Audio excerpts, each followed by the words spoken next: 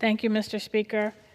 I rise today on behalf of my friend and colleague, Congresswoman Jennifer Wexton, to share her strong support and statement regarding this important legislation. These are her words. I rise today in strong support of the National Plan to End Parkinson's Act. As many of you know, earlier this year, I shared that I have been diagnosed with progressive supranuclear palsy, or PSP for short, which is an atypical Parkinson's, a kind of Parkinson's on steroids. Even those of you with whom I have never interacted one-on-one have witnessed my physical deterioration from my striding confidently through the chamber earlier this year to walking more haltingly and depending on my walking sticks this summer to leaning heavily on my walker now. In all likelihood, sometime in 2024, I will come to the floor in a wheelchair. Eventually, those of us who have these diseases will be unable to walk, talk, or even feed ourselves. We will require extensive and expensive institutional or in-home care, the cost of which will likely be borne primarily by U.S. taxpayers. Since my diagnosis, I've seen firsthand how Parkinson's disease or atypical Parkinson's can change everything, not only for those of us who suffer from the disease itself, but for all of the many people in our lives who love us and want us to be well again. The physical challenges are tough. In just 2016, I ran the Marine Corps Olympic distance triathlon, and as recently as last year, got up every morning during session to go to the gym with Chair Rogers and a small group of dedicated women members. My family has felt the impacts as well. My husband Andrew and I were supposed to be getting to the good part, and we're looking forward to enjoying our empty nest as our younger son went off to join his brother in college. Instead, he will be a caregiver, and we are looking for ways to convert the first floor study and half bath to a bedroom and en-suite, so that I will be able to remain in our home when I am no longer able to make it up or down the stairs. Instead of scuba diving together in the morning and sitting under a palm tree playing Scrabble in the afternoon, we will not enjoy a leisurely retirement a decade plus from now.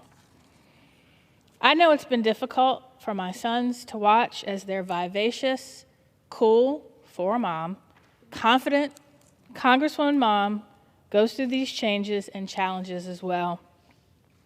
This is my family's story, but we unfortunately are not alone. There are over 1 million people in the United States who have these diseases and countless loved ones surrounding them. We did not expect this to happen to us, but it could happen to anyone. That is why this legislation is so critical. Today marks a historic step forward towards a world where no family has to endure what ours has.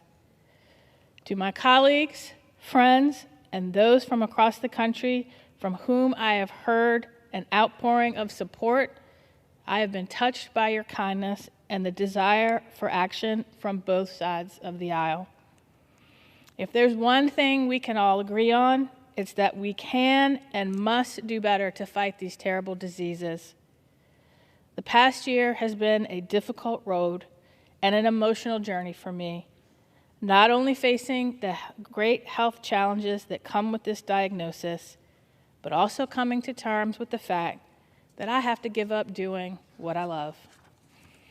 I have spent my career uplifting the stories of those in need and fighting to serve my community, and I am proud to continue that fight on behalf of the broader Parkinson's community for as long as I am able.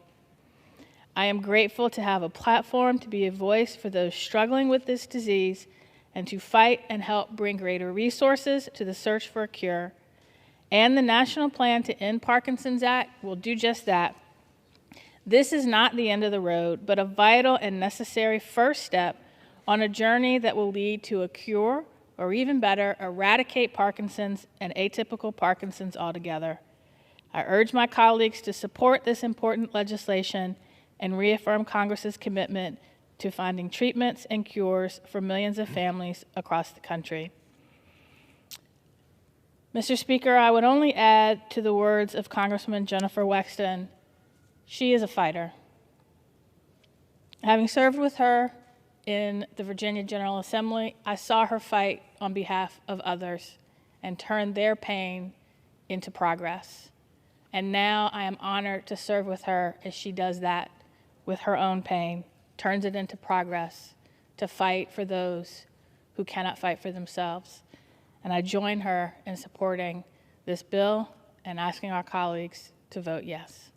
I yield back. Thank you.